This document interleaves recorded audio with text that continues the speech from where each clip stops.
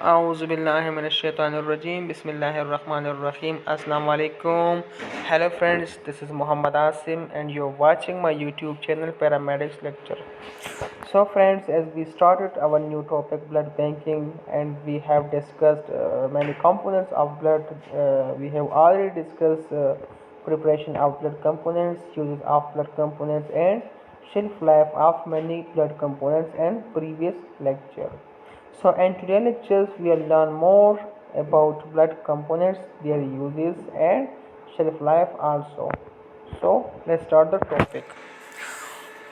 Washed red cells washed with saline to remove plasma protein, white cells and cytokines.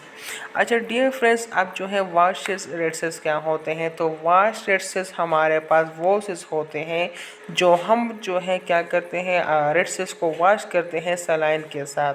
तो जब भी हम इसकी वॉशिंग करते हैं तो वॉशिंग के ज़रिए जो है प्लाज्मा प्रोटीन जो होते हैं, जो वाइट सेल्स होते हैं और साइटोकाइन्स होते हैं, ये सारे रिमूव हो जाते हैं और प्योर फॉर्म में वो रेड सेल्स निकल जाते हैं जिसको हम फिर वो ट्रांसफ्यूज कर सकते हैं। There will be some reduction in RBCs, leucocytes and platelets.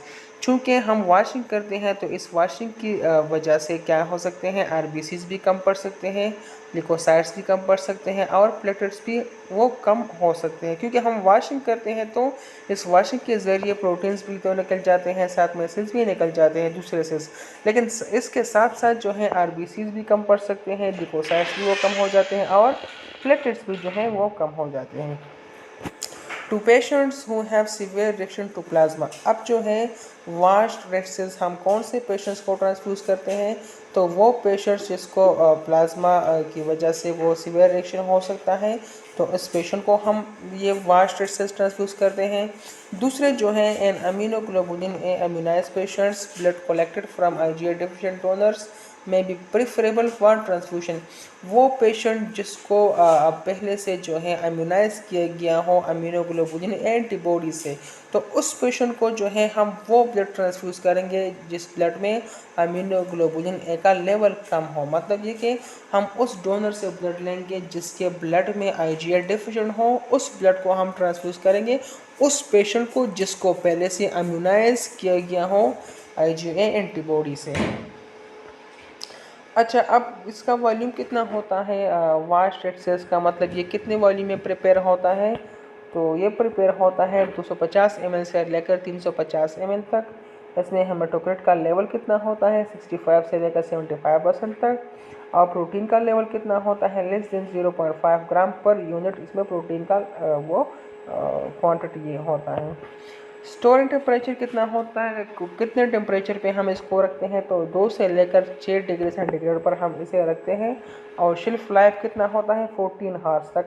मतलब ये कि 14 घंटों के अंदर अंदर हमने क्या करना होता है, इस ब्लड को इस वाश रेड को हमें ट्रांसफ्यूज करना होता है।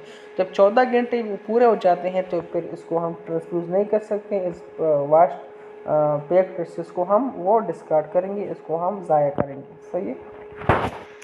इसके बाद आते हैं leucocyte poor red cells RWBC depleted RBC। इसका मतलब क्या, ल्यूकोसाइट पुअर रेड सेल्स मतलब ये कि वो RBCs जिसको हम प्रिपेयर करते हैं इसमें क्या होगा, इसमें ल्यूकोसाइट का लेवल जो है वो कम होगा। ल्यूकोसाइट डिप्लेटेड RBC वो RBCs जिसमें WBCs का लेवल कम होगा, WBC की जो नंबर होगी वो बहुत कम होगी। तो इसको हम क्या कहते हैं, इसको हम ल्यूकोसाइट डिप्लेटेड RBCs या WBC डेफिशिएंट RBCs भी हम इसको कह सकते हैं। Can be prepared by several techniques, double centrifugation, heavy Spain. इसको हम कैसे प्रिपेयर करते हैं, इसके लिए हमें क्या करना होता है, हमें सेंट्रीफ्यूगेशन ज़्यादा करना होगा। ठीक है, हम क्या करते हैं, सेंट्रीफ्यूज को हम उसको जो टाइम होता है वो ज़्यादा टाइम के लिए वो इसको हम करेंगे, और साथ में क्या क्या होगा, हाई स्पीड पे हम इसकी सेंट्रीफ्यूगेशन करेंगे। दूसरा जो मेथड है हम वो फिल्ट्रेशन के ज़रिए करते हैं। ठीक है, इसके लिए हम क्या यूज़ करते हैं, नाइलॉन फिल्टर हम यूज़ करते हैं। Passing the blood through a nylon filter, हम जो है इस ब्लड को फिल्टर करते हैं नाइलॉन फिल्टर के ज़रिए। तो नाइलॉन फिल्टर के ज़रिए जो है RBCs वो सेपरेट हो जाते हैं और WBCs वो रह जाते हैं। ठीक है, अच्छा, इस लिको डिप्लेटेड आरबीसीज में जो है डब्ल्यूबीसीज काउंट कितना होता है, less than 5 multiply by 10⁻⁶। Haematocrit का परसेंटेज कितना होता है, 55 से लेकर 75 तक। स्टोरेज के बारे में अगर हम पढ़े तो इसको हम क्लोज सिस्टम पे अगर रखते हैं तो 35 डेज़ के लिए ये यूजेबल होता है, मतलब 35 दिनों के लिए ये 35 दिनों के लिए ये इस्तेमाल हो सकता है। 35 दिनों के अंदर अंदर हमने क्या करना होता है, इसको हमने ट्रांसफ्यूज़ करना होता है क्लोज सिस्टम पे, ठीक है। अगर ओपन सिस्टम पे रखते हैं तो 6 हार्स के लिए ये यूजेबल होता है। जब 6 घंटे कंप्लीट हो जाते हैं तो फिर इसको हम ज़ाया करते हैं, डिस्कार्ड करते हैं। इसके बाद आता है fresh frozen plasma. Plasma separated from freshly drawn blood in place in a deep freezer -20 to -80 centigrade C within 6 to 8 hours of blood collection. अब जो है फ्रेश फ्रोजन प्लाज्मा को हम कैसे प्रिपेयर करते हैं, जब भी हम एक डोनर से ब्लड लेते हैं और 6 से लेकर 8 घंटों के अंदर अंदर उसको हम जो है सेंट्रीफ्यूज करते हैं और उससे हम प्लाज्मा निकाल देते हैं और फिर उसको हम -20 से -80 डिग्री सेंटीग्रेड पे रख देते हैं, तो ये हमारे पास प्रिपेयर हो जाता है फ्रेश फ्रोज़न प्लाज्मा। जब भी हम डोनर से फ्रेश ब्लड लेते हैं उस ब्लड को हम सेंट्रीफ्यूज कर देते हैं, ठीक है। और उस सेंट्रीफ्यूगेशन के बाद जो पिंक येलो कलर का फ्लूइड्स हमारे पास निकल आता है तो वो होता है फ्रेश फ्रोजन प्लाज्मा। इसको हम रखते हैं -20 से -80 डिग्री सेंटीग्रेड पर, ठीक है। Technical information separation of plasma should be affected with in 6 hours of blood collection. जब भी हम डोनर से ब्लड लेते हैं तो 6 से लेकर 8 घंटों के अंदर अंदर हमने उससे क्या वो प्रिपेयर करना है, फ्रेश फ्रोजन प्लाज्मा हमने प्रिपेयर करना है। अगर 6 से मतलब 8 घंटों से या 6 घंटों से ज़्यादा टाइम वो आता है तो और मतलब जब 6 घंटे से ज़्यादा टाइम होता है तो फिर इस ब्लड से हम फ्रेश फ्रोजन प्लाज्मा प्रिपेयर नहीं कर सकते हैं। Contents of fresh frozen plasma में जो है क्या क्या होते हैं, क्लॉटिंग फैक्टर्स होते हैं, फिब्रिनोजन फैक्टर 8 होता है, ठीक है। प्रोथ्रम्बिन होता है, अल्ब्यूमिन होता है और ग्लोबुलिन्स इसमें होते हैं, ठीक है। ये इसमें कंटेंट्स होते हैं फ्रेश फ्रोजन प्लाज्मा में। अच्छा, वॉल्यूम कितना होता है, कितने वॉल्यूम में हम इसे प्रिपेयर करते हैं ब्लड से, 200 ml का वॉल्यूम होता है जिसमें प्लेटलेट्स का लेवल होता है 30 मल्टीप्लाई बाई 10⁻³ यूनिट पर लीटर। फैक्टर 8 इस कितना होता है 80 से लेकर 100 इंटरनेशनल यूनिट पर यूनिट होता है, ठीक है। डोज कितना हम पेशेंट को देते हैं 12 से लेकर 15 मिलीलीटर पर ग्राम, इसको हम ट्रांसफ्यूज़ करते हैं पेशेंट को। इंडिकेशंस कौन कौन सी बीमारियों में ये हम ट्रांसफ्यूज़ करते हैं, सिंगल और multiple clotting factor deficiency, severe liver disease, massive transfusion and disseminated intravascular coagulation. तो ये बीमारियां हैं, ठीक है, जिसमें वो क्या है, क्लॉटिंग फैक्टर डिफिशिएंसी। कुछ बीमारियां ऐसी होती हैं जिसमें क्लॉटिंग फैक्टर वो फंक्शन नहीं करते, जिसकी वजह से पेशेंट को जब भी इंजरी होती है तो उससे जो ब्लीडिंग होती है, ठीक है, वो टाइम पे नहीं रुकती। इसके अलावा वो पेशेंट जिसको लीवर का मसला हो, ठीक है, तो दूसरे भी बहुत सी बीमारियां हैं जिसमें हम ये फ्रेश फ्रोजन प्लाज्मा ट्रांसफ्यूज करते हैं। अच्छा, प्लेटलेट कंसनट्रेट के बारे में पढ़ते हैं। Random donor platelets concentrate prepare from 1 unit of blood collector from 1 donor, ठीक है। 1 यूनिट से हम इसे प्रिपेयर करते हैं। वॉल्यूम कितना होता है 50 ml तक होता है। स्टोरेज टेम्परेचर वो 22 से लेकर 24 तक होता है, ठीक है। और इसको हम एजिटेशन भी देते हैं, मतलब इसको हम एजिटेट करते हैं, इसकी हम शेकिंग करते हैं एजिटेटर के ज़रिए, ताकि इसमें कोई क्लम्प या एग्लूटिन ना बन जाए, ठीक है, एग्लूटिनेशन ना बन जाए। 1 यूनिट में कितने प्लेटलेट्स होते हैं 50 मल्टीप्लाई बाई 10⁻⁹। डोज हम कितना देते हैं 1 यूनिट देते हैं पर 10 kg। RH कंपेटेबल वो होना चाहिए और क्रॉसमेच भी हम करते हैं। अच्छा, must prepare prior to storage of the collected unit or within 8 hours of its storage in the refrigerator। अब हम इसको प्रिपेयर कैसे करते हैं, जब भी हम फ्रेश ब्लड लेते हैं डोनर से तो 8 घंटों के अंदर अंदर उसे जो है हमने क्या करना है, प्लेटलेट्स को प्रिपेयर करना है और रेफ्रिजरेटर में रख देना है। जब 8 घंटों से ज़्यादा टाइम गुजर जाता है तो फिर उस ब्लड से हम प्लेटलेट्स प्रिपेयर नहीं कर सकते, सही है। Platelet storage cabinet with which are thermostatically control and have an agitator. अब जो कैबिनेट होता है जिसमें हम प्लेटलेट्स रखते हैं तो वो थर्मोस्टैटिकली वो स्टेबल होता है, ठीक है, कंट्रोल में होता है। और इसके साथ साथ एक एजिटेटर भी होता है जो वो प्लेटलेट्स के बैग को वो एजिटेट करता है, ठीक है, उसको शेक कर देता है ताकि ये वो एग्लूटिनेट ना हो जाए। Infusion duration should not be more than 30 minutes. अब जब भी हम इसको ट्रांसफ्यूज करते हैं पेशेंट को, तो हमने इसको 30 मिनट्स के अंदर अंदर क्या करना है, इसको हमने ट्रांसफ्यूज करना है, ठीक है, मतलब 30 मिनट से ज़्यादा टाइम हम नहीं लेंगे इसके ट्रांसफ्यूजन में। क्रायोप्रेसिपिटेट क्या होता है, इसमें कंटेंट्स कौन कौन से होते हैं, फैक्टर 8 होता है, फैक्टर 13 होता है, ठीक है, फाइब्रोनोजन होता है, 1 विलिब्रेंट फैक्टर्स होता है, इसके अलावा फाइब्रोनेक्टिन भी होता है।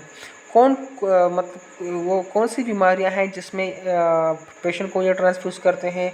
हेमोफीलिया ए, ये एक बीमारी है जिसमें जिसके जो पेशेंट होते हैं उसको क्लॉटिंग का मसला होता है, जब भी उसको इंजरी हो जाती है, ठीक है, कट लग जाता है और ब्लीडिंग उससे शुरू होती है, तो वो ब्लीडिंग टाइम पे वो रुक नहीं जाता, ठीक है, जैसा कि नॉर्मल बंदों का होता है। इसके अलावा फिब्रिनोजन डिफिशिएंसी के जो पेशेंट होते हैं उसको ये ट्रांसफ्यूज करते हैं। Factor 13 deficiency, disseminated coagulation and rare factor 13 deficiency. तो ये कुछ बीमारियां हैं जिस बीमारियों में हम ये कंपोनेंट ट्रांसफ्यूज करते हैं पेशेंट को। प्रिपरेशन, इसको हम प्रिपेयर कैसे करते हैं क्रायोप्रेसिपिटेट को, इसको हम प्रिपेयर करते हैं फ्रेश फ्रोजन प्लाज्मा से, और इसको हम क्या करते हैं 6 घंटों के अंदर अंदर हमने इसको -20 डिग्री सेंटीग्रेड पर रख देना है, ठीक है। मतलब सबसे पहले हम फ्रेश फ्रोजन प्लाज्मा को प्रिपेयर करते हैं, जब वो प्रिपेयर हो जाती है फिर उससे हम क्रायोप्रेसिपिटेट प्रिपेयर करके 6 घंटों के अंदर अंदर इसको हम -20 सेंटीग्रेड पर रख देते हैं, ठीक है। जो बैग होता है क्रायोप्रेसिपिटेट का उसमें जो है मोर देन 8 यूनिट्स वो HF होता है, ठीक है, और 150 मिलीग्राम से ज़्यादा फाइब्रिनोजन होता है। इसका शेल्फ लाइफ जो होता है वो 12 महीने का होता है, ठीक है। अगर हम इसको 18 डिग्री सेंटीग्रेड पर रखते हैं तो ये कंपोनेंट 12 महीनों के लिए 12 महीनों में ये इस्तेमाल हो सकता है, ठीक है, मतलब 1 साल के लिए ये यूजेबल होता है। जब 1 साल पूरा हो जाता है तो फिर इसको हम डिस्कार्ड करते हैं। एक कंडीशन में अगर हम इसको -18 डिग्री सेंटीग्रेड पे रखते हैं।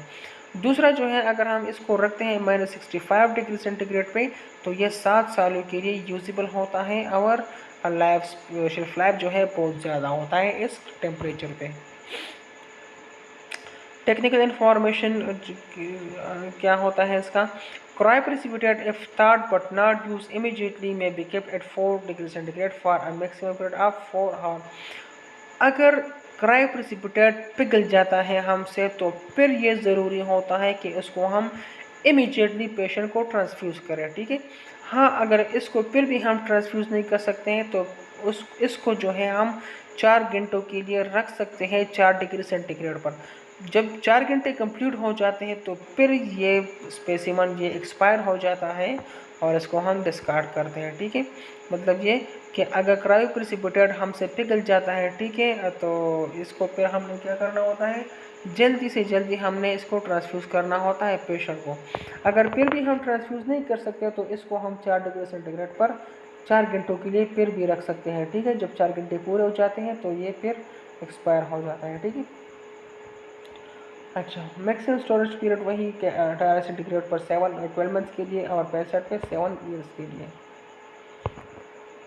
ट्रांसपोर्टेशन क्या है, every effort must be made to maintain the core temperature of the cryoprecipitate at the minimum of -20 degree centigrade during transit. वही बात कि अगर हम इसकी ट्रांसपोर्टेशन करते हैं, ठीक है, तो इसको हमने क्या करना होता है, जो है इसको हमने 20 डिग्री -20 डिग्री सेंटीग्रेड पर वो मेंटेन रखना है इसी टेम्परेचर पर, ठीक है। अगर ये पिघल जाता है तो फिर इससे जो है मसला वो हो सकता है और ये जल्दी एक्सपायर हो सकते हैं। तो डियर व्यूअर्स, यहाँ तक हमारा जो टॉपिक था ये हुआ कंप्लीट। आई होप कि आपने इससे बहुत कुछ सीखा होगा। तो मिलते हैं अगले टॉपिक में। आज के लिए इतना काफ़ी है। अल्लाह हाफिज़।